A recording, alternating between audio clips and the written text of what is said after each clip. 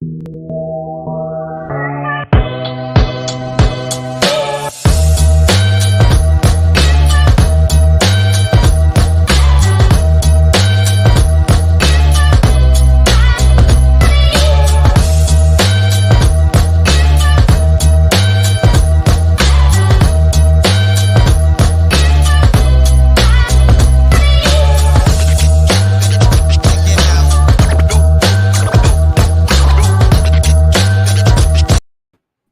evening, everyone. Welcome to Talk Football. It's a Premier League preview show. Friday night, going to be bringing you all of our views and opinions on the big matches of the Premier League, Saturday, Sunday, and Monday. Going to be finishing off with Man United. We're going to run through them in order, basically. So just to keep it nice and straight there. So if you want to join in, want to have your own opinion, we'll put the link in later on. We can have a chat about it.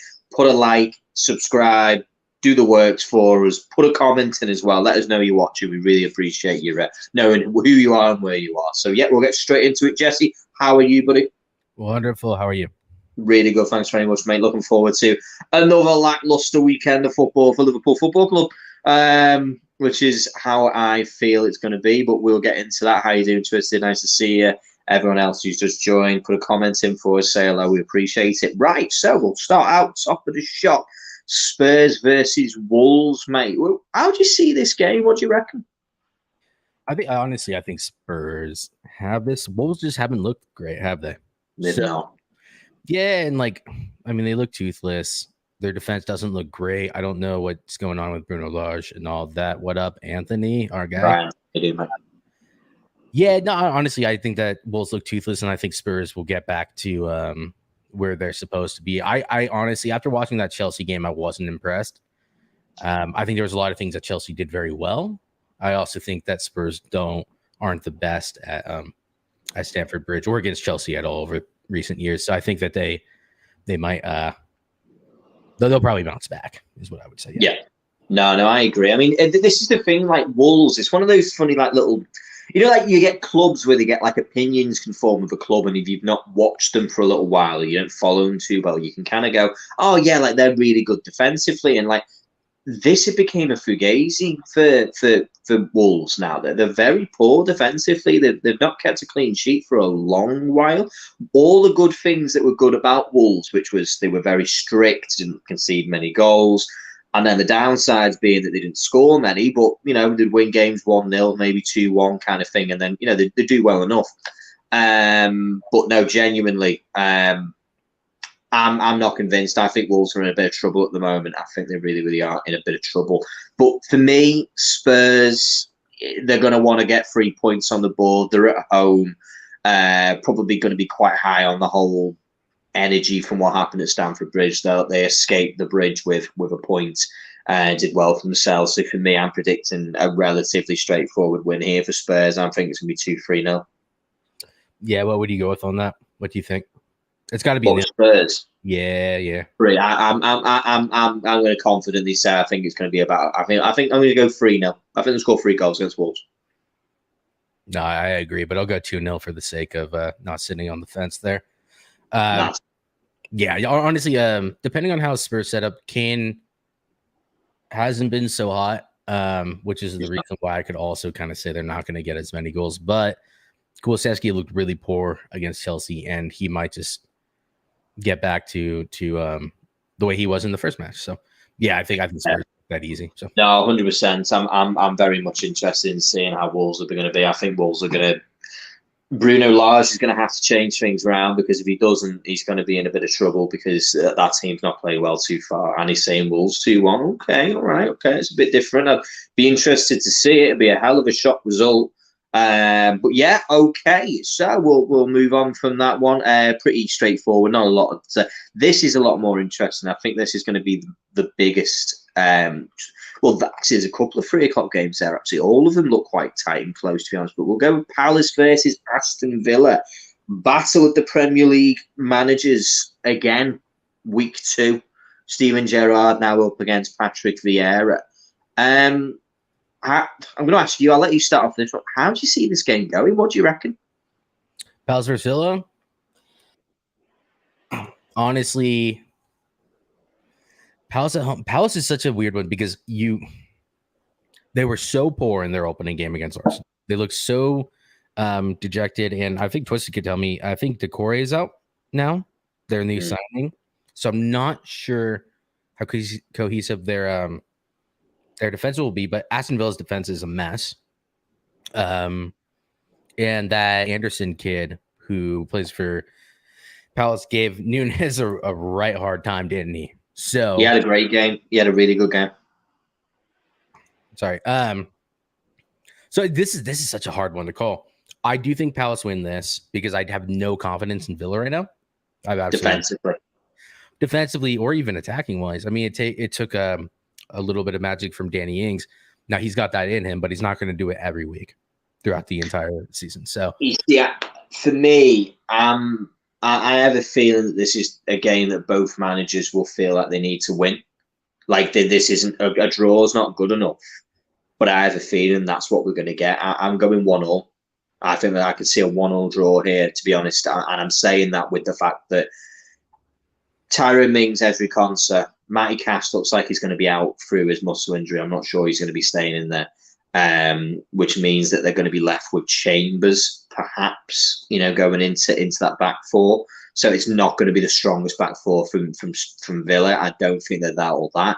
I still have all my issues that I think that Villa make loads of chances, create lots of good chances, but they don't finish. They just don't seem to have these killers. Ollie Watkins is not worth a toffee at the moment. He can't seem to get involved in any score goals. He was poor last season, and he looks like he's having another poor season this one. I'm going to go 1-1. I think Danny Ings might get a goal, but I think they'll concede. 100%, I think they concede. Yeah, I'm going to give this one to Palace 2-1. And the reason why is because I don't think Palace are going to play the same way they did against Liverpool. I think they'll look a little bit more like they almost tried to look against Arsenal. It really depends on who scores first, but 2-1 is probably a safe enough bet. Villa's defense is too weak, and I don't think they're going to sit back. So, and I mean, Crystal Palace on the break is pretty immense. The only side that I would say is Steven Gerrard. This is a funny fact. Has the best away win record of any Premier League manager for Aston Villa. Does he? Stevie G does? Yes, his home form is the poor side, but its away form is actually really, really good. So that's why I'm backing them not to lose. I don't think they'll win, but I think I can see a 1-1 draw in this. He also has the best team of any Aston Villa side over the past decade. Well, to be fair, he does have a much better squad if they just don't keep getting injured.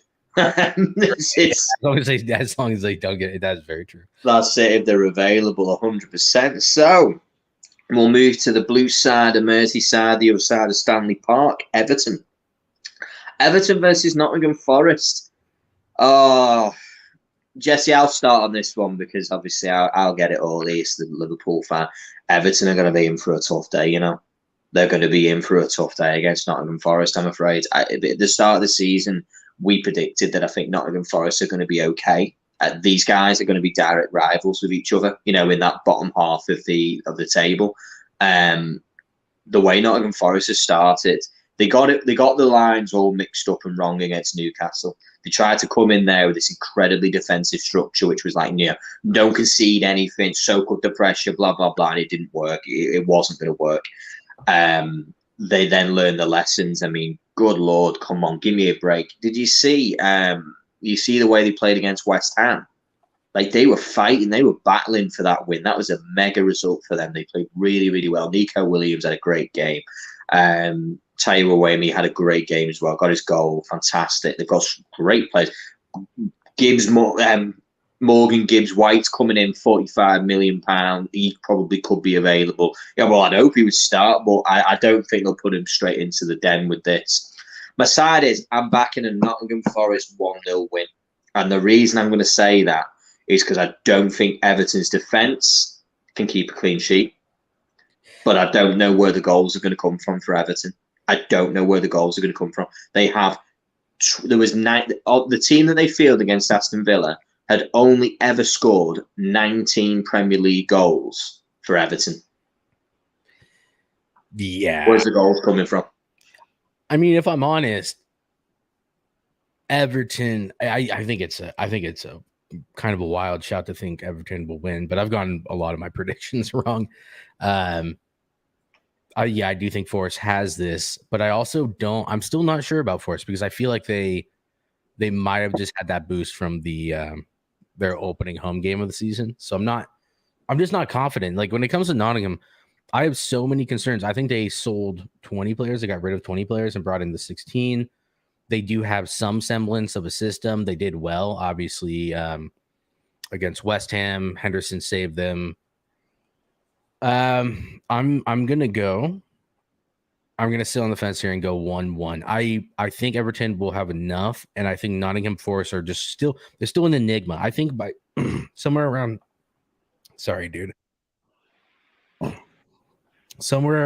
mid-season, Nottingham will get things clicking. I'll save him. Yeah, no, 100%. It's going to be one of those moments where I don't know. Like I'm saying this because I'm looking at Everton, and again, I'm trying to look at them, as pragmatically and as like without any hats on. I just don't know where the goals are going to come from in that Everton team. Like Rondon, that's their striker. Dwight McNeil has as many goals as Alisson in the last 18 months. Is he going to score? Is Onana going to get a goal? Maybe the new signing, Anthony Gordon. I don't know. I mean, the goal that they've scored this season so far is an own goal. They joined there with Manchester United, just the only two teams who have not scored any goals of their own out of anyone, as far as I'm aware.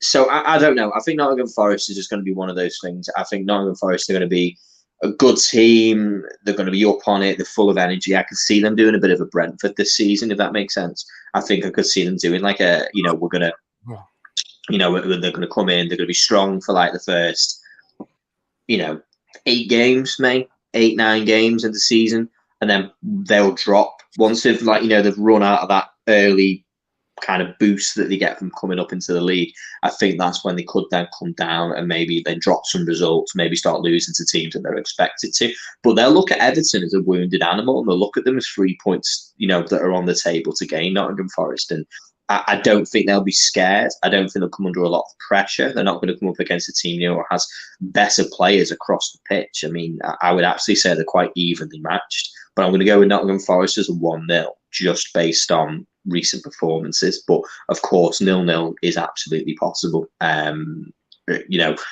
disagree with anyone, but I could I'm going with Nottingham Forest 1-0 for me.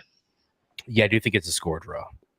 I do think it's a score draw. And if I had to put my money on it, it's got to be low scoring as well. Yeah, 1-0. Don't have a whole lot of confidence in Nottingham.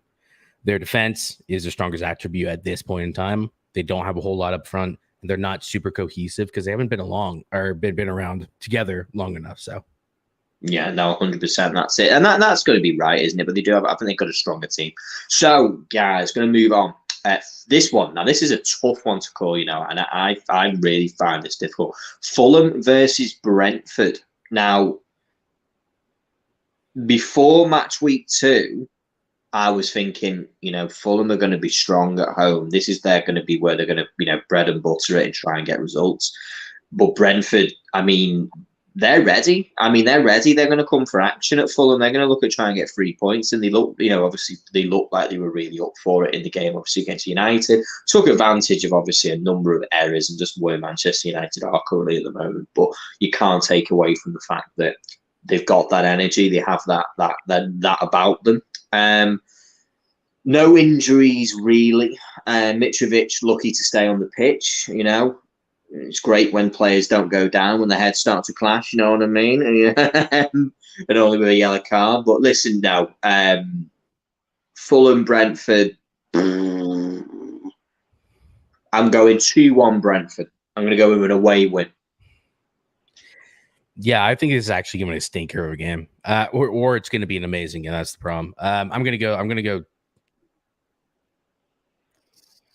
2-0 Brentford.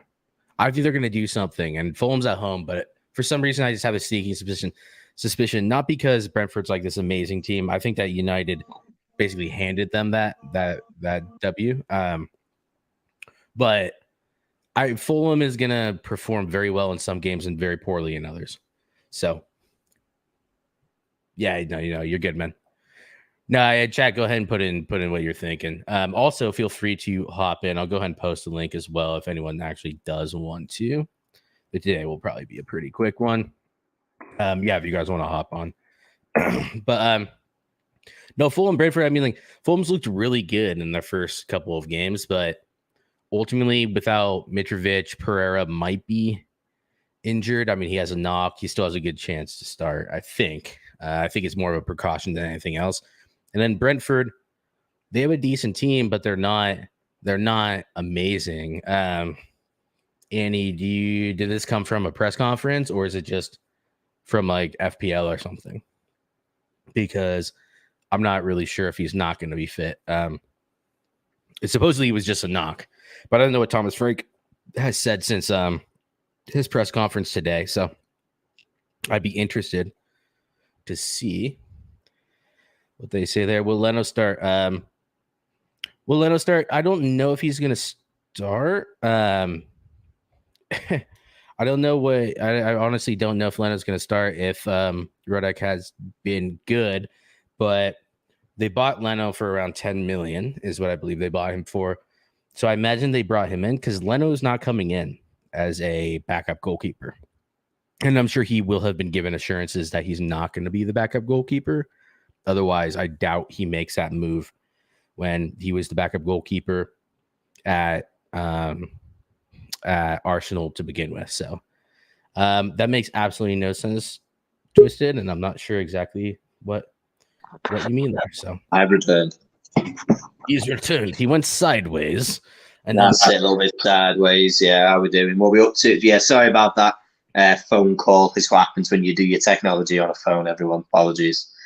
No, it's all good. Like, honestly, we're kind of just finishing up the Fulham Brentford. I'm basically just saying that given the fact that Andreas has a knock, if he's not going to start, and Mitrovic is really their only attacking outlet that I think can do a lot of damage. I think Brentford has this. So I do think Brentford has too much for Fulham at this point in time. And if they don't show up, if Fulham don't show up the same way they showed up against Liverpool, I think it's pretty obviously going to be Brentford. But, yeah, no, I agree with that one, definitely. Now, moving on to the next game. Now, this is where, for me, I've been very critical of Leicester, but this is where I'm backing them for the first time. Leicester versus Southampton. I think this is where Leicester pick up their first 3 points of the season. They need them. They're desperate for them. And Southampton, for me, are a team ready for, they got a little bit of trouble against Leeds last week. Should have lost 2-0. But no, they went the wrong way, and obviously they got themselves a result. But I think I can only see Leicester playing well here and getting the result that they need. I can't see them dropping points again like they did against Brentford, 2-0 up into the second half and then conceding 2 goals. I think that the pressure is well and truly on for Brendan Rodgers. They show they're capable of scoring a goal, and I think Southampton will give them that. And I'm backing, for me, Leicester 2-0. I'm backing Leicester 2-0. And this should be quite a straightforward open and shut case for Leicester. Yeah, there's absolutely no reason why they shouldn't be winning. That side is kind of Amber Alert. No, this should be Leicester written all over it. Southampton have absolutely nothing about them. I know that they came back the other day, right, against Leeds, was it? Yeah. You remember? Yeah, Southampton against Leeds. Yeah, so I know that they did that, but I think Leeds probably were being a little bit naive. I don't expect Leicester to have the same issues they did. I think they were very good in the second half. Actually, Hasenhüttl made some really good substitutions that changed the game. Unfortunately, I didn't get to watch the entire thing because we were watching. But we only have so many hours in the day. But from what I understand, that Hasenhüttl made some good decisions. So we'll see. But but they took advantage of Leeds not being defensively a sound unit. That's my point. Is that Leeds, if they were a more defensively sound, solid unit, if they'd had 12 months under Jesse Marsch, I think that Leeds would have seen that game out. I think they would have held that game, and then it would have got maybe conceded the 1 goal, maybe 2-1, something like that. But I think Leeds would have kept the 3 points in that game, and that's where my energy is coming from. I don't see Leicester allowing Lightning to strike twice at home. I think Leicester will score. I think they'll score in the first half. I think they'll probably get maybe 1 or 2, probably 2 in the first half, and then see the game out. That's how I see it going. I could be completely wrong, but if Brendan Rodgers doesn't win this match, he's in serious, serious trouble. No, I agree. I agree 110%. And there's no way back from him. It looks like he's going to get to keep hold of most of his players. I know Fofana might still leave, but besides that, I honestly think that Leicester needs to start picking up. I mean, they need to be, the way United's moving right now, they need to be up there near top 6. Otherwise, I feel like Rodgers has to go, because their 5-year plan, is now starting to get to a point where it's unsustainable with the amount of times they missed out on European football. Who's the better manager between who? I think he and Rodgers. Yeah. Between who's the better manager? Brendan Rodgers probably, but I mean, Hasenhüttl's just a different sort of manager. I think Hasenhüttl would do really well in somewhere like Germany, where his style of play actually fits. Yeah, and it's able to counter a lot of teams. Brendan Rodgers actually comes from the same school of thought as Mourinho. I don't know. I've never been a fan of Brendan Rodgers. So but Brendan Rodgers just becomes stale. He's a manager who needs to be moved on after a while. He's not someone who can keep things the way that you need them to be for so many years. He left Swansea at just the right time, and then he came to, and then obviously he came to Liverpool, and then he left probably 6 months too late. If he'd left 6 months earlier, everyone would have remembered Rodgers as an incredible manager, even though he was riding on the tailcoat strings of Luis Suarez and Sturridge that season. A lot of that wasn't him. It was just having probably one of the greatest individual seasons from a player in the Premier League, you would say. Luis Suarez was just unplayable that season, the 13-14 season. There's a compilation about 8 minutes long of goals that he didn't score, chances that hit woodworks and, like near misses, and they were the ones that he nearly scored, never mind the ones he did score. Like, he was just unreal. And he took advantage of that, and I was never of a belief that Liverpool could win the league that year because of Brendan Rodgers. He just wasn't the manager who I think could do that for us. And he proved eventually that he didn't have the nous to play pragmatically. He just wanted to play, attack, and score loads of goals, and that's it. And that was his problem. So, yeah. Suarez was also suspended for the first 6 games of that season. So he missed around 15% of the season just on that alone. Yeah, I mean, absolute nightmare for him. I think you guys are underestimating Southampton. Southampton are the underdogs. It will suit them. We got a 2-1 win at Leicester. Leicester need to take the game to them. I don't think we're underestimating Southampton. I think, if anything, we're probably overestimating Leicester, to be fair. But yeah, no, Southampton do not look good. And I think Leicester should be doing better, which is what I would say about that. Ralph over Rodgers. Ralph Rangnick over Rodgers, or Ralph Hasenhüttl. Sorry.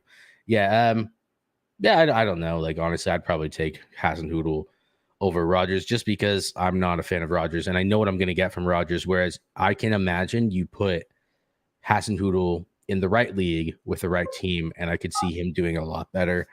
So yeah, I don't know. His defense is so bad.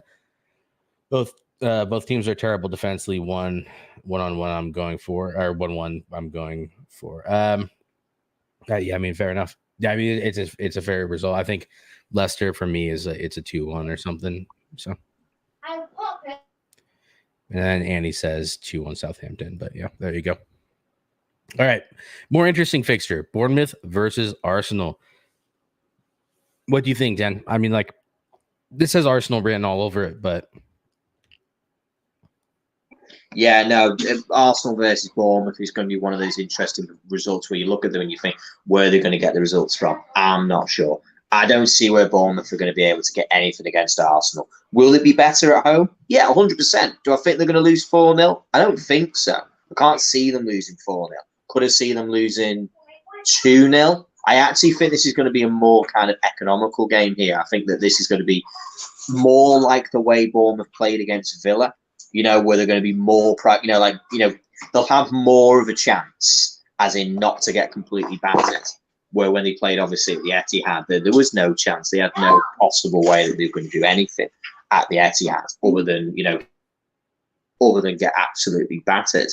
And they did. They got absolutely battered. So for me, I'm going to go 2-0 Arsenal. Probably sounds low, but I actually don't think it's going to be loads of goals this time round. No, I agree. Yeah, 2-0 Arsenal. That's what I'll go for, because I do think that they have goals in them, but I also don't think Bournemouth are going to roll over for anyone at home this early on. I mean, that said, I don't know. Like they've performed pretty decently so far, and I think that they're a cohesive unit. They didn't have a whole lot of turnover, is the thing about them. So I do feel like they're still an actual team, whereas there are other teams obviously have come up, or teams have made a lot of changes where I'm a lot more skeptical, because even if Bournemouth, brings in players, they still have time to bed them in because they do have a solidified team. So it's a little bit. No, 100%. No, 100%. I mean, I don't see any shocks there. And I know people can say, like, that you could see like it's going to be like 4-5-0, like an absolute demolition. I just don't see it. I don't know. I could see this being a little bit like an atypical sort of Arsenal performance away from home, where they are good, but then are almost a little bit timid. Like they're timid in certain situations where they may get that early goal, and we'll see what they did against Crystal Palace, where they actually just drop off, take all the intensity out of the game, and then you sit there and you think, 30 minutes of football's gone by and Arsenal haven't really had any proper attacks. What's going on? You know what I mean? Like that I can see quite possibly happening, to be honest with you. So yeah, 2-0 Arsenal. Don't see any shocks there, but I don't think it's going to be an absolute demolition. Yeah, no, I agree. Then we move on to Sunday's games. Now, Sunday's games are really quite tasty, to be honest with you. I actually quite like the look of some of these matches. Leeds at home against Chelsea. Jesse, you take this from here. What's your views and opinions on this game? How do you see this one go? Leeds 3-0. What? No. What did he say? Chelsea win this, but they win it by 2 goals and they keep a clean sheet. I think Chelsea's defense is looking good enough right now before they start losing players, because they will get injuries this season at the back. They have aging center backs. I'm not saying anything about age. Like, I understand that. And you say Americans have no sense of sarcasm. No, dude, like honestly, like Chelsea's defense looks good, and nothing's gonna break up that defense until later on in the season. I think that they're fine, they're solidified. They're going to be able to play this back 4, back 5, or whatever it may be for at least a few more weeks. So I think they're in a strong position. Leeds might get one. They might get one. They do have some threat, but I don't think that they have enough against that back line to actually score too many. So they're either not going to score or they're only going to get one, in my opinion. So I'll just go 2-0 Chelsea, I mean, for my FPL, I'm going to say 2-0 Chelsea. To be fair, I agree. I actually agree 2-0. But Leeds' attack has been really good. They haven't failed to score in the first 2 matches, which shows something. They're able to get a couple of goals. They're able to get the goals that they need. For me, they will concede, definitely. I'm going to put my hat in the ring. I'm going to say 2-1 to Crystal Palace. To Chelsea. I'm going to say 2-1. I don't know. I have a feeling that Leeds might get a goal. I just have a feeling that they've got the attacking players. As you can say, they watch out for Rodrigo. I have a feeling they could just grab a goal, but I think this is going to be a Chelsea win. 2-1, 3-1. I think the Leeds team does so much work around Rodrigo that he actually isn't the biggest threat in their team. I think that the way that they press and their pressing system, they have, I'm pretty sure, the most pressures in the Premier League by a vast difference, by a vast distance, rather. They have probably 2 or 3 of the highest pressure number players in the Premier League. Chelsea needs to watch out for it for sure. But I think if they actually get the game under control, I think that will stifle a lot of what Leeds are looking to do. So, yeah. I mean, I mean, there's no shocks there. There's nothing there that makes me sit there and think, you know what, I can see an upset here. I just feel like this is like a Chelsea sort of, you know, I think it's going to be a game where I think that Chelsea will come into, they get the win and we'll kind of move forward from there. I don't see any major shocks. Now, this is a really tough one to choose from, you know. West Ham versus Brighton. For me, West Ham is under so much pressure to get a result and get a win that the question marks will start, not this quickly, but they may start kind of little utterings might start being mentioned around David Moyes if they lose another game. And they could very capably lose this match against Brighton this weekend. They could very much lose this match. So Scamacca looked brilliant when he played this week when we watched him in the Europa Conference League. He looks like that kind of target man that they require. He should start against Brighton, but Brighton have been really good. They have been really, really good this, you know, so far. They got a good result against Newcastle, showed they were defensively very strong, prevented Newcastle from having hardly any shots on target and hardly any shots in the entire game. My worry is do I see Brighton getting the chances? Yeah. I'm going with a draw. I think this is going to be 1-1. I think I can see a 1-1 in this match. I could see that. I actually think Antonio is the better player to go with for West Ham because Scamacca against Brighton does not have the pace. He doesn't have it. And then you need Bowen. But then what happens when Bowen is let off the leash? Then he has no one to play with him up front because Scamacca just doesn't have it. I would probably end up going Antonio, Bowen, and all that. But if he does play Scamacca, I don't think that West Ham are going to be able to pin back Brighton. Brighton can play out of a press even now. Now they're significantly weakened. What we were saying in the summer about them being weakened, having a weakened squad is still true. But it's not weakened enough. People keep telling me, like, look at Caicedo. United could have had Caicedo. Look at that direct replacement for Basuma. Basuma is way better than Caicedo, by the way. I don't know what people are talking about. Caicedo is a good player, but Basuma is actually levels above him. But he should be a few years older. Yeah, and just more talented all around. So, like, it's just infinitely more talented than Caicedo. But yeah, I don't think West Ham are going to be able to play. Are going to be able to pin them back, and if they want to play Scamacca, then Scamacca is not going to have much of an influence over the game, unfortunately, for West Ham. So, no, I think 1-1. It could go either way, but I'll stick with a 1-1 because otherwise I'm just going to predict 2-1 either way, and that's not fair. So. Yeah, no, 100%. Now we move on to the Newcastle versus Manchester City game. Man City absolutely keep a clean sheet in this game, 110%. There's no way that they're going to concede any goals against Alain Saint-Maximin and Callum Wilson. The question is how many? That's the big question when it comes to City. It's how many are they going to score? And the reason I say this is because if we only look back a few months ago when Newcastle played against Man City, Eddie Howe has no idea how to play against Pep Guardiola. He hasn't a clue. 99% possession at one point was in the second half of Manchester City. This, for me, Man City win this 3-0, and that might be me being conservative. I think I think they're just going to demolish them. I think this is going to be quite a boring match, to be totally honest with you, to watch. It's just going to be Man City death by 1,000 passes. No, I agree. And I don't see. I actually a lot of people saying, "Well, this is a tough one for City." I really, really don't see it.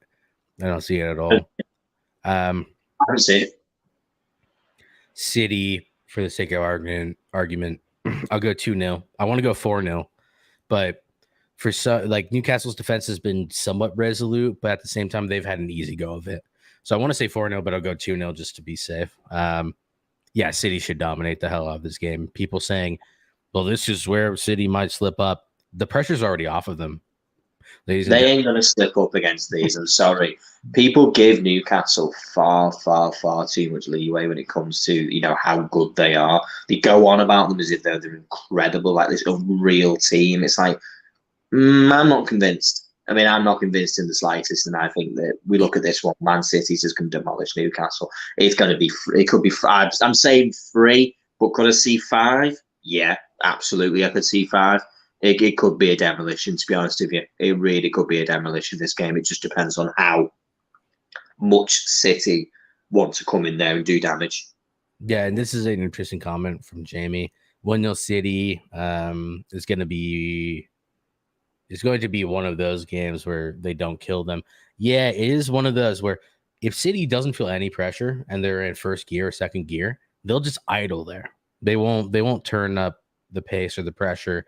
If you start getting chances in the first 5 minutes, then City will not forget that and they'll put 3 past you before they start slowing down again. It's really how much threat do you offer? And that dictates how much they're willing to expend on the actual 90 minutes. So depends on what Newcastle does. If they get a couple good chances, like first 5-10 minutes, then maybe they'll just absolutely put them to the sword. But no, I don't think so. Put to bed. Right then, the big one, Monday night, Manchester United versus Liverpool. It's fair to say Liverpool have had a stall start so far. 2 games where they've had to rescue a point. United had a dreadful start, unfortunately for them. A very, very bad start to the Ten Hag's Premier League era. Do I see Liverpool offering any elements of solace in this game? I actually don't. I think this is where Liverpool gets started. I have a feeling that this is where Liverpool will get a result. Do I think it's going to be a big result? I actually don't know. Some people are going mad and saying it's going to be this, it's going to be that. I think this is going to be 2-0. I think Liverpool will win this game 2-0. And I'll say that because those players are just starting to creep back in. Firmino is back now, not injured. Naby Keita is fully fit, not injured. We have a few more options just reappearing in the Liverpool team, just a couple more coming in there. As it stands, United's players, their actual morale and their belief is it's on the floor, it's on its arse. It couldn't be any worse as it stands right now. And when you come into a game and when one team knows the other team's under so much pressure, things can crumble very quickly. And I just have a feeling that that's United's mentality. And it takes a while to snap out of that mentality. And I don't think it's going to happen against Liverpool. I can't see you just being able to be like, right, that's it. We're going to play well now. Yeah, no, I think that honestly, both teams, not their best, hard to call. I don't think that anyone needs to be at their best. I think that this is just look, eventually Liverpool will get it right. So Yeah. that's where when Liverpool performs badly, it hurts Liverpool fans because they go, we need to be doing better. We're trying to win a league here. We're trying to be in this X, Y, and Z position. But they know that eventually their team, the players and the manager and the club will get it right. Whereas with United, we don't expect them to get it right. Not in this game, not in the next. We don't ever expect them to get it right. They may never get it right. And that's his confidence in the club. So is it hard to call? I actually think it's harder to call than Dan is saying, because I do think that this is the sort of, when they say this is football or like football's like it really is. Like I'm more confident about this game than I've been about a game for 3 years. That's how poor I think Liverpool's been playing in the opening games. I'm not saying you guys haven't. Liverpool, the thing is, Liverpool defensively, we've not played well, but attackingly, we have. We've created so many chances, and it only has to click. Do you know what I'm saying? It just has to be that day where it's your day, and those shots, which is hit the woodwork or whatever, they go in. Do you know what I mean? Like it's no fluke that that's happening. Liverpool's attack it's there. What we've done is that I'm hoping now we don't have to start we don't have to start Nat Phillips in centre-back because Joe Gomez is now fully fit. We saw that when he came on in the second half against Crystal Palace, Liverpool's defence looked so much more solid and much better on the ball. He was much, much better as he looks there. Liverpool's bench does look poor. It should do. We had 8 players out injured. I'm hoping it does. It will look poor when we've lost eight players to injury. And that's how it is. That's just sometimes how it is. You know what I mean? We're just going to have to roll with it. But hopefully Jota's back in the next 3-4 games. Thiago should be back in the next 3-4 games. We start seeing these players creeping back into that team. We might be there. We might have, those numbers are going to be there where we need them to be. Nunez will be back for the Everton game. That's going to be a good one. That's going to be an interesting one when he comes back. Gutted we've lost him because when he played, obviously Anderson was very, very good defensively in that match. But, you could see the difference that he brings, when he was getting the chances. And it's just one of those days. It wasn't working out. And he's, there we are. So the reason I'm not saying it's going to be as easy as I'm saying it's going to be, the reason I'm saying it's going to be 2-0, because if Liverpool were playing the way I thought we'd be playing, I'd say 4. I'd say 5. Yeah. I'd say it'd be a demolition. Well, what I would say is, without Nunez, but you still have the threat, but it really depends on the way that United line up. I'm still going for a demolition. I'm still going like 3. I'll just say it right now, 3-0 Liverpool. Okay. Could be worse, but I do think if Gomez isn't in there, I mean Rashford's out of form, but Trent and Nat Phillips versus Rashford it's game over. Like that's if you guys want to try to press, it's just not going to happen. But it's like Liverpool have every advantage. I just think that there's something about this Liverpool team that's not quite right at this moment, and it has everything to do with injuries. And I do think, despite how bad we are, I do think we're going to see some sort of uptick at some point from United. And I just hope the fans don't fall for what it stands for. And it's going to be, this happened under Ollie all the time. And it would just be so ironic if this were the moment. Is really the only reason why I said what I was saying earlier. It would just be so United to go. I can agree with that, but it's looking at United. It's looking at the way that the dejection of those players, obviously against Brentford, the way they capitulated, that's the pressure that Brentford brought. I think Liverpool are going to look at that. They're going to see a wounded animal. They're going to see a wounded animal. They're going to be, one thing that was interesting, this might mean nothing, it might just be the way it is. I watched Jurgen Klopp's press conference, and he looked a lot more like himself. Like he looked like he was more content with the way things were. He didn't look obviously very happy in the last couple of weeks due to things like injuries and situations like that. He looked like he was more content and more happy and more of his usual self. And I think that is kind of a feeling that he knows that he's got a team, that, that he's got ready. There's no injuries that are going to come in there. I want to see Naby Keita come in. I really do. I want to see Gomez into that centre-back position, because this is an incredible opportunity for him.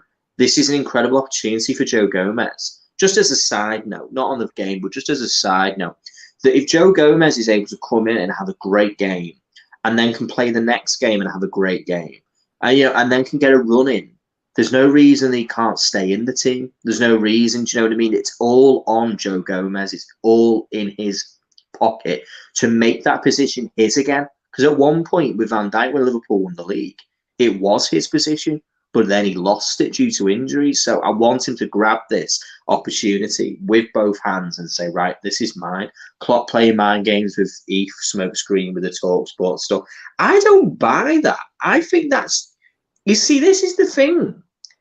Jurgen Klopp doesn't really do a lot of this. And that's me. I say, oh yeah, he does. I don't think he does. I think his comments that he made around Gabby Ogbonlahor was just him basically saying, you need to lay off some players. You forget you were a player at one point, and you literally, and then he said, he wasn't a mentality monster when Liverpool beat Villa 6-0. You know what I mean? It can happen. Like, it can happen to any team. Liverpool lost 7-2 to Aston Villa. It can happen. It shouldn't be a pile on. I actually quite liked it because he came out, and I don't think he was trying to, throw an arm around United or anything other than that. I think it was just him saying, I wanted to ring in because I don't agree with what you're saying. You're literally trying to pull players apart, and you forget that you've been there at one point. I've actually missed this entire thing. What is this? So yeah, we'll have a look at it. I don't know. Can we bring it up? If you put Jurgen Klopp TalkSport comments, it might be worth just to read. It's an interesting point, actually. We'll come on to that because we're a little bit ahead of schedule, to be honest with you, with this Premier League prediction show. So we'll just bring up the comments that were made here because some people have levied the comments of. Are we allowed to play the video? I think are we? Not on YouTube. If we were on Twitch, we'd be much better off. 1 second. That you see the second one if you go back. So it says Jurgen Klopp almost phone TalkSport. That one, the top one. Yep. They're like trying to press it on the phone. Yeah, you're like, yeah, there we go. Yeah. So basically, we're not allowed to show this video, unfortunately. But we'll have to just read the thing. Jesse, you'll have to read it. Makes it too small for me. Yeah, it's fine. Let's just see. Liverpool manager Jurgen Klopp reveals he's nearly fine. Blah blah blah blah. Abganhor hosting TalkSports. Phone in Jimmy O'Hara. The radio was hammered. Blah blah blah. Klopp has previously revealed. The Aston Villa legend. Wow, what a fucking statement. I know he's a good player, boys, but I mean, he was a decent player. He had pace, but I don't know about legends. Said, if I was them now after this game, I'd be thinking, you know what? Ten Hag, just pack up. He's had preseason, and they have started the season as a shambles. They're like strangers on the pitch. And it turns out Klopp was listening. The Reds boss was at Old Trafford when asked about United. Klopp said, it was obviously not a nice week for United after the Brentford game. We forget in these moments how good Brentford are. The reaction to it was that bad. I drove home, watched the first half here at a Liverpool training ground, drove home and listened to Talk Sport. And Gabby, he lost against us 6-0 in my first year. I couldn't remember him as a mentality monster on the pitch. But what he said about United on that show, I was close to calling in and telling him, you have forgotten completely that you have been a player. It was unbelievable. If ex players are going already like this, you can imagine how everything else is going. Yeah, I mean, it's basically just calling you on, saying like you were once a player and now you're out here criticizing players. And I mean, when was he even at the top level? I can't remember a time when he was even He was a good player. I mean, this is where people have been bringing in saying, hey, that he's trying to play mind games. I don't think he was. Like, I don't know. I just think it was more the case. He's sitting there listening to it and saying, like, you know, it's one of those situations where, you know, who are you putting the dig at? Is it Eric Ten Hag? Eric Ten Hag made lots of mistakes, but he is going to, because he's going to have to learn. He will have to learn this league. He will make mistakes. As long as he doesn't repeat them, that's what matters. As long as he doesn't repeat those mistakes, as long as he doesn't make the same errors over and over again. You know, he doesn't play Martinez up against big, massive centre backs. He doesn't put him in those situations. Doesn't make those kind of ones, you know, over and over again. He did absolutely nothing in this. I'm just even reading on everything he did. Dude, Twitter is so effed. So fucked.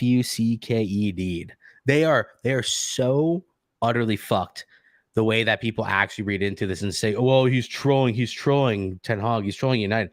Nothing in this is saying that. This just sounds like a manager who's going, whoa, this guy just came into the league and I don't know what to make of this, but why are we taking this? Like, this isn't even Gabby's fault or Klopp's fault. The fact that people actually took this as like trying to throw shade at United actually makes no sense. Yeah. It literally makes no sense. I think people are reaching, dude. I think United are in a really bad place. And I think people are reaching for every ounce of United that they can get. So. Yeah, and the reason why the Klopp have to voice his opinion, the reason why is because he was asked. He was asked in his press conference, you know, about how Manchester United have been playing badly in the performances and stuff like that. So he actually brought up this as an example of saying that, you know, these things can happen. You know, these situations can occur. And unfortunately, losing to Brentford 4-0, you know, Jurgen Klopp lost 7-2 to Aston Villa. 3 or 4 seasons into his 5 seasons into his tenure. It can happen. It is possible. It doesn't. It's been always a situation as to where it is saying that Ten Hag should pack up and leave the club and blah blah blah. Yeah, do you know what? Yeah, some people could be reactionary and say, do you know what? He's had a pre-season. He's had this. He's got blah blah blah. Right, leave.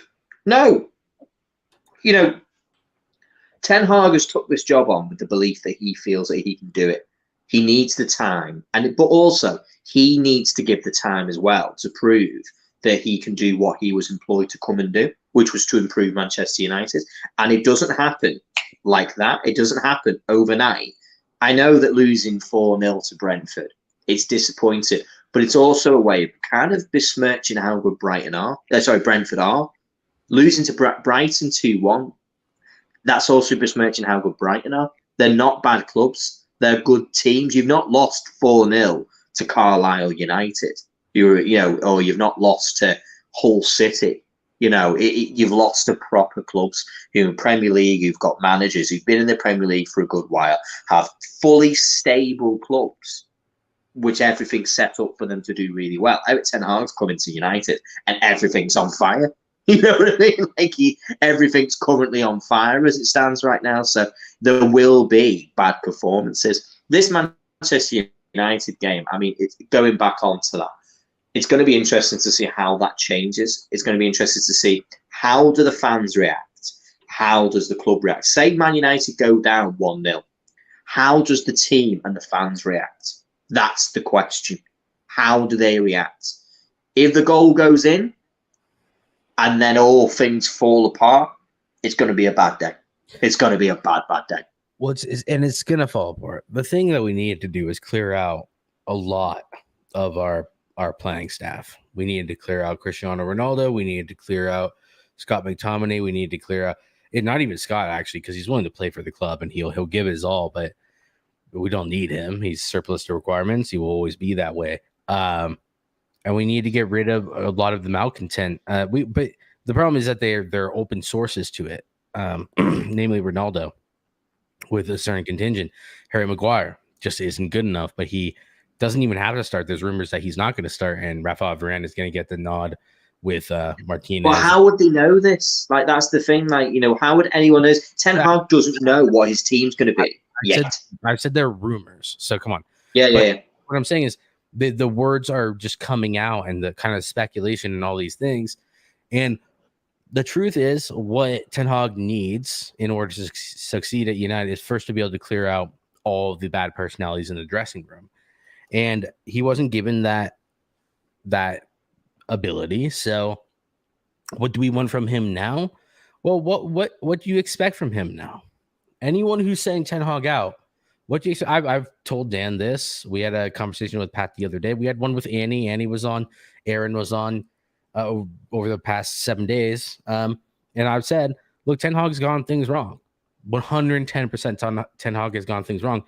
But what options does he have? Like, what power does he have? Is it player power that the club is running off of? Or is it power underneath the manager? If Pep Guardiola, here's what was Fernand Torres comes into his office and says, I want to move to Barcelona. Is that okay with you, Chief? He says, get out of here. You're gone. We'll sell you right now. Don't worry about it. We'll find someone else. And it's like, that's the sort of like, it doesn't sound ruthless. It's like, well, he let him get his own way. Fernand Torres came up to one of the best managers that we've ever seen in European football and said, is it okay if I leave? And Pep went, off with your head. See ya. Goodbye. And he was going, whoa, I thought I was important. No. You just got here. Get out. You don't want to play for this club? Get out. Like, that's the sort of thing. And he's given power to do that. Klopp is given a lot of power to do what he wants to do. Ten Hag is not being given the power to do that. So we're just, yeah, I mean, like, literally, yeah, what up, Pat? And there you go. We're going round and round in circles. And it's not anyone else's fault. It's the Glazers' fault because they're not putting power in the hands of the right people. So, but I mean, like, as far as, just bring it back to the game, Dan. Yeah, Liverpool better win this because I'm probably going to captain a Liverpool player this week in FPL. But This is the most vulnerable I've seen Liverpool in the first 3 games of a season for a while, but I think Liverpool, this is where they get it back. So Yeah, I don't know. I'm feeling more confident now that we've got Firmino as an actual, striker. That was my part that I felt a little bit uncomfortable. But if you'd asked me part of the season before, you said you're going to start with Diaz, Firmino, and Salah up front. You're going to have Naby Keita, Fabinho, and either Henderson or Harvey Elliott in midfield. And you're going to play a back four, which consisted of Van Dijk, Robertson, Trent, Gomez, and then Alisson in there. I'd say, yeah, sound. Do you know what I mean? I'd be like, yeah, that's fine. I wouldn't sit there and start crying about it. I'd be like, yeah, I'm happy with that team. I think that team's more than good enough to do a job. So for me, I should keep that same energy and just look at it and go, do you know something? We go again, and we're up against a United team that's devoid of any morale. They have no morale. Any team that can be broken that quickly. If one chance can go in, one thing, and then that's it. The floodgates can open. Errors start coming into the game. You think of the pressure these United players are going to be under the lights against, in front of the home crowd. It's going to be a lot. And these guys can't react. These players have proven they can't manage that pressure. A number of these players cannot manage that pressure. You can see what happens, when the situation goes from bad to worse. Rather than trying to find a way of, calming the situation, it's head in hands and arms in air. It's just an unhappy bunch of players. There's a lot of unhappy heads in that team. I just want to go back just a second because Jamie did ask a question. He said, Harry Maguire, worst United captain, lads, Jesse and Dan thoughts. I'll let you go first on that, mate, because obviously you're a United fan. What do you reckon to that? Yeah, in recent history, I can't think of a worse one. I can't. Valencia would be the closest, but Valencia just didn't really like to do press conferences, which was such a weird one for us. But he always led from the front. He was by far, like, if you think Cristiano Ronaldo is a consummate professional, go ahead and look up Antonio Valencia. That guy was an absolute animal when it came to training, leading the players on the pitch. Anytime there was a scrap, he was right there. Do you guys remember what was it?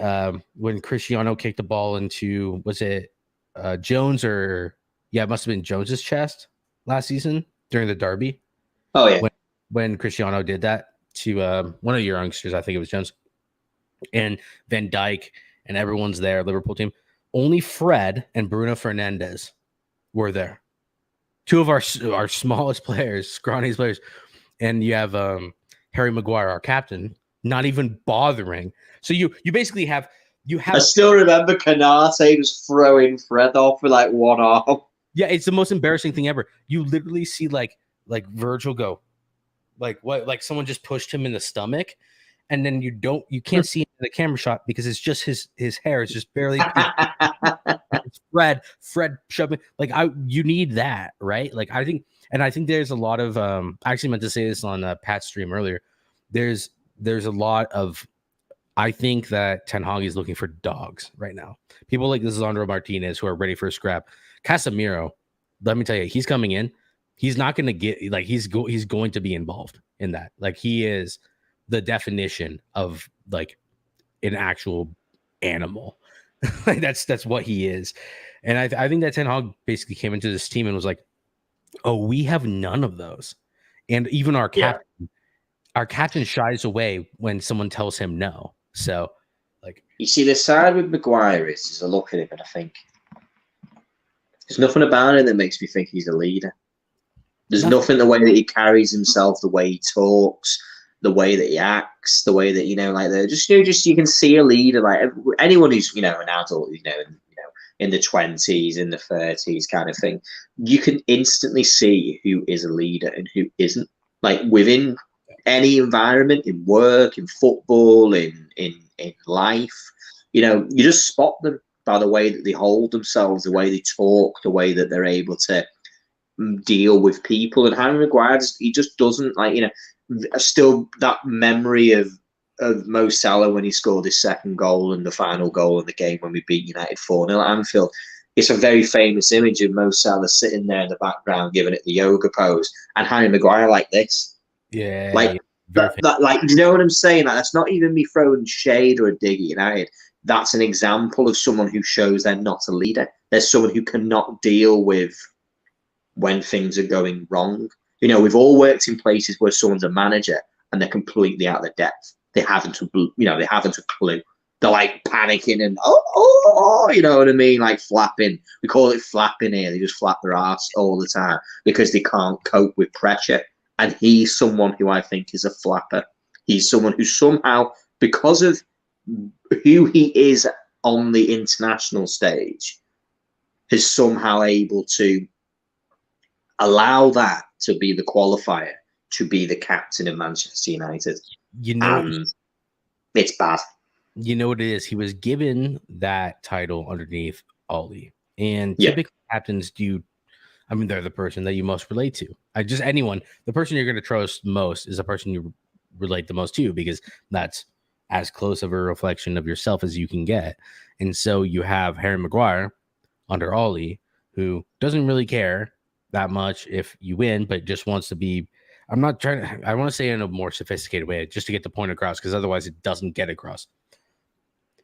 Harry Maguire wants to have the appreciation of everyone in the locker room. Not that he needs to be friends with them, but he wants to have the appreciation, the appraisal of everyone, because he doesn't want to be disliked. He doesn't like being out of his comfort zone. You think Roy Keane gave a single shit, if he wasn't liked by someone? No, it's like, I'm still your captain. You know what I mean? Company sure shit didn't as well. Excuse me. Like, Company didn't care as well. Like, no real captain cares. They do not care if they're disliked. They set the example, they set the standard, and they measure up to that. Maguire has nothing of that about him. He's that guy in your group who everyone likes, but no one respects. He's that guy. 100%. That's it, exactly. He's the kind of guy you think, as you say, like, you know, we've all worked in those places where someone's the manager just because they're the most likable. You know, everyone seems to like them, but are they the best person? No. I mean, I go past and I look at some of the captains that I'm aware of, and they're going to be Liverpool centric, of course. Steven Gerrard he's just a man who's got aura of a leader. You know, also he never had to say anything. He wasn't a vocal person. You didn't hear a lot from him. It's the way he carried himself that did the job.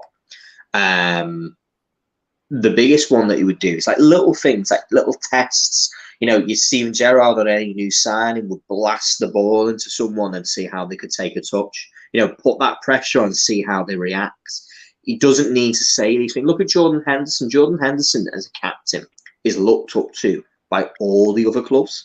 During the COVID 2020 season, he was the lead in the kind of the captains.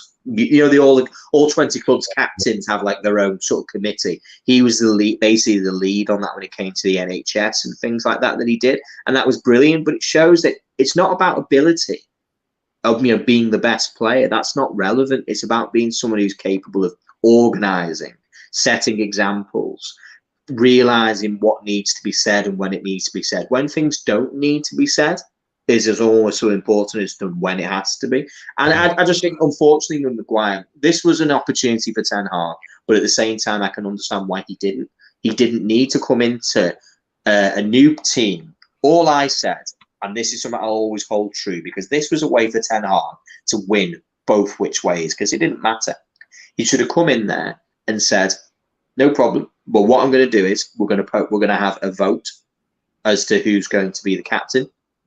You know, I want you all to vote, and then the first 3 people in order, the captain will be the one who gets the most, the vice captain will get second, and then the third will go down as the third captain, but will form part of the leadership group. That's the easiest way for it to have been done, because what that then does is it also gives Ten Hag the ability to have flexibility, that he's able to then have a second choice. If he doesn't like the first choice, he can have the second choice. If he doesn't like the second choice, he can have the third choice. But they're all people who are respected, at least within the dressing room, which means you're already controlling the dressing room. Would Maguire have won that vote? I don't know. Obviously. Would Ronaldo have won that vote? I don't think so. My question is, who should be the captain at Manchester United? Just before we do, Who would you have as the United captain? Really? David De Gea. 100%. Really? Yeah, most senior member who's actually won a league title. Also, even after the Brentford game, I understand that De Gea is not going to be good enough for a Ten Hag system. But what was his reaction to that loss? What did Oh, he? he came out and took up that ownership, and that's what you want. I completely agree with you. And I can see why De Gea would make sense, 100%, of course. Yeah, that is a very reasonable statement. And, I would go with that. Am I a big fan of goalkeepers being the captain? Not really. Me neither. I think he's the only viable. No, on my own. Yeah. Oh, sorry. Jamie, sorry. No, Not Bruno Bruno. is not. Bruno is a whinger, man. He is the opposite of a captain. He is the player you want to have on the captain's side, but not even close to a leader. Bruno is not a leader. He's the exact opposite of a leader. He would set such a poor precedent. David De Gea, for all of his faults and all the issues I have with him, David De Gea is the only viable captain at The only other name I had in my head, funnily enough, was Rafa Varane. It just seniority. I don't think you can do it. I think Rafael Varane would be comfortable with having David De Gea as captain. Yeah, I could see that happening, but it just shows, doesn't it, that is the problem. There's no leaders in that club. There's no leaders in Manchester United. There's no leaders. And you look at certain teams, and I'll go back to it again. Everybody's bleating on about Liverpool, but Liverpool's team's full of international captains. It's full of them. They're all captains of their own clubs. You look at, we had Mane. He was at one point the captain of Senegal. Koulibaly became the captain. Mo Salah, captain of Egypt. Robertson, captain of Scotland. Van Dijk, captain of the Netherlands. Wijnaldum was a vice captain. Yeah, Henderson has captained England, but he isn't the captain of England because Harry Kane is. There's just leaders everywhere. They're leaders across, and it just osmosis to within the club when you have so many professional people who are kind of leaders. You can, like, everyone's a chief, shall we say? Everyone's in charge, but they know who is in charge, and it's really important. So I think that's where United needs to start moving towards. It's hard to say because there's lots of jobs that need to be done at United, but one of them is to get rid of the weak-minded and bring in people who know what to do, can be professional, and put in the shift that's required. Not just talk about it on Instagram or Twitter or after the conversation. Prove it, show it on the pitch. But that's so fundamental to any top side. I can't think of a single side that doesn't have 5 or 6 international captains. I'm talking about like world-class sides.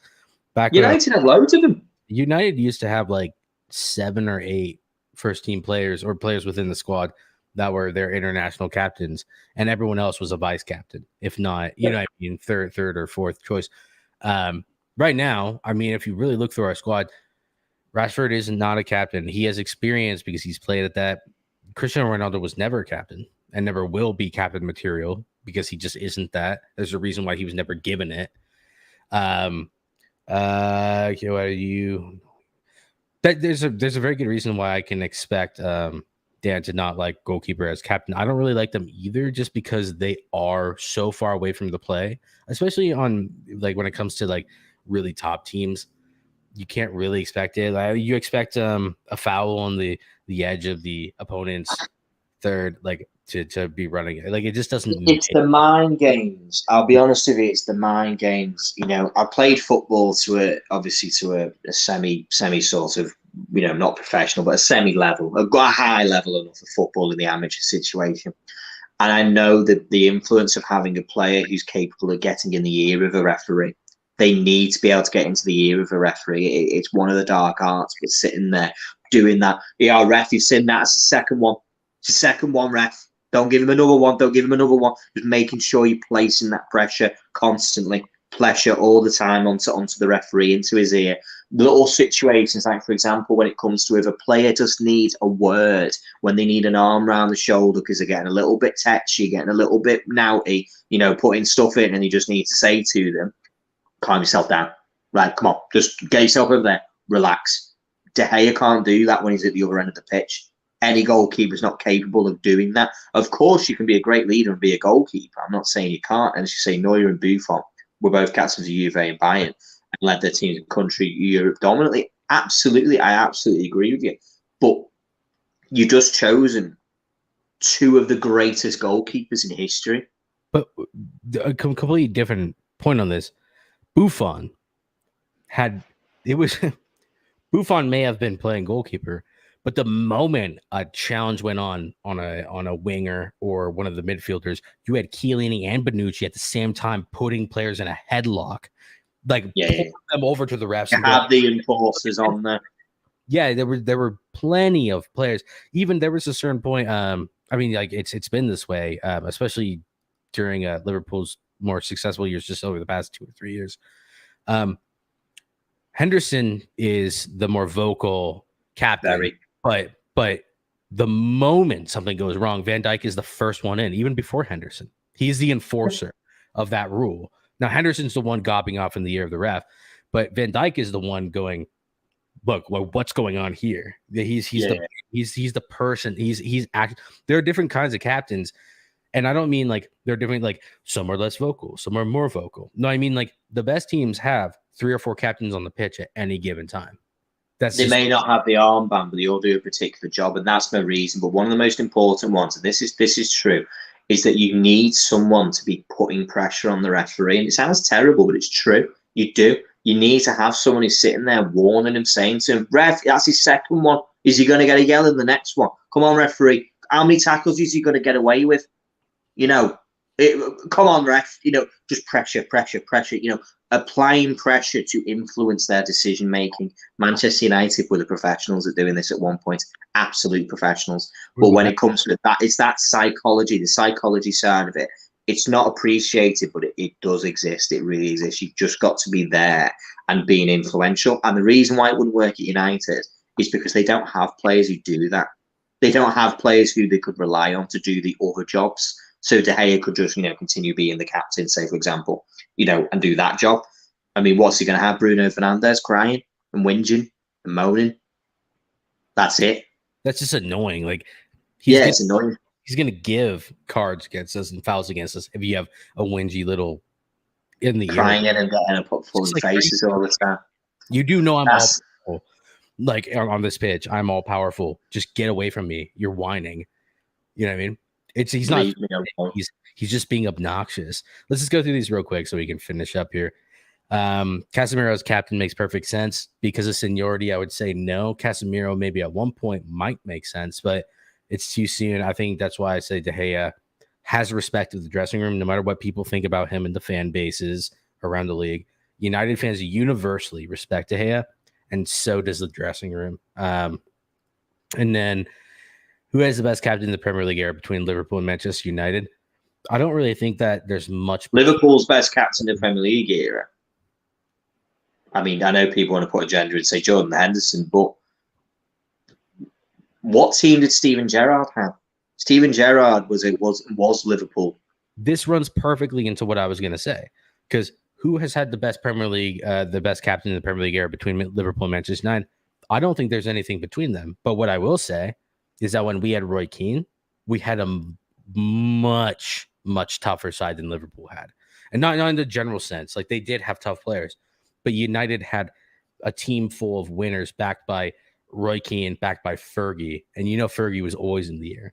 So it just made it so much easier for United to get what they wanted to get done easier, because you had in the fourth official's year, the first official's year, you had the sidelines. I mean, if you don't think that Gary Neville and Evra and Ferdinand and Vidic and Yap Stam, and you just like go through the names that would have been, they were all captains. Every single one of them was a captain.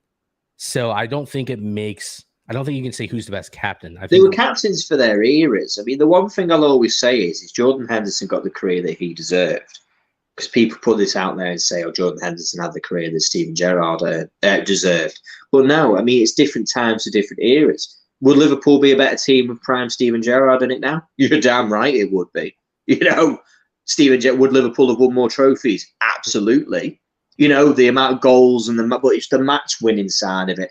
I would still say, if you gave me a choice and said, who would you have? Not even on an ability level, I would still choose Steven Gerrard. as much as I think that he's a brilliant captain in Henderson, he's still an incredible captain. But if you gave me a choice, Steven Gerrard was the club. He lived, breathed the club. He was Liverpool FC for 16 seasons. He was everything to Liverpool. He still is the greatest captain. Yeah, and then you start getting on to like, sorry, Dan. Yeah, I mean, you don't need to apologize to Dan. He's going to tell you what he thinks either way, right, Jamie? Jordan Henderson over Steven Gerrard, the agenda has to roll. The agenda, that's kind of the point, and this is what we're talking about, just to clarify, and I know you're trolling, by the way, but the interesting thing is Jordan Henderson is not a better captain than Steven Gerrard, but he certainly has more captains around him in the team that he currently is in. So it makes it appear one way. This is what I was talking about.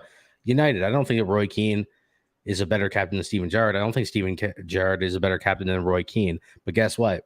In that United squad, we had 11 captains. So yeah. It was everything. It's trying to compare apples to oranges.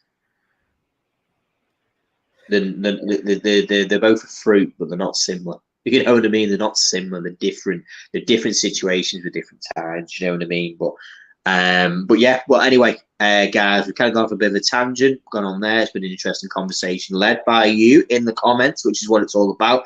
We want to discuss the things that you want to discuss. We'll talk about it. We'll give our opinion. You come in, fire it back, and we'll keep going back and forth. And that's what we want to do, a bit of an ad lib. So the more you give us, the more we can go through. So listen, boys, everyone, I've really, really appreciated it. Jesse, it's been a great show. Twisted, Jamie, Pat for jumping in there. Annie, as always, jumping on. Everyone who's been watching, stick a comment in. Let us know that you're there, guys. We know you're watching, but please let us know. We don't bite. Get involved. It's always a good time. But listen, I'm going to be back Monday, kind of reviewing all the football, match reactions to the Man United versus Liverpool game as well. See how that goes, see what's going on there. It's going to be an interesting one, but hopefully you can join us for that one. But everyone, till next time, thank you very much for watching. Hit like, hit subscribe. We hit 250. I'm going to say it before we go. We've gone over 253 subscribers we were on. We really, really appreciate everyone who's come in there and has done that. We're on the road to 1,000. Keep going. Keep helping us. Share it with your mates. Let them know. We're building a community here. It's going to be brilliant. Get involved. But anyway, thank you very much. Catch you on Monday. See you guys. Bye-bye.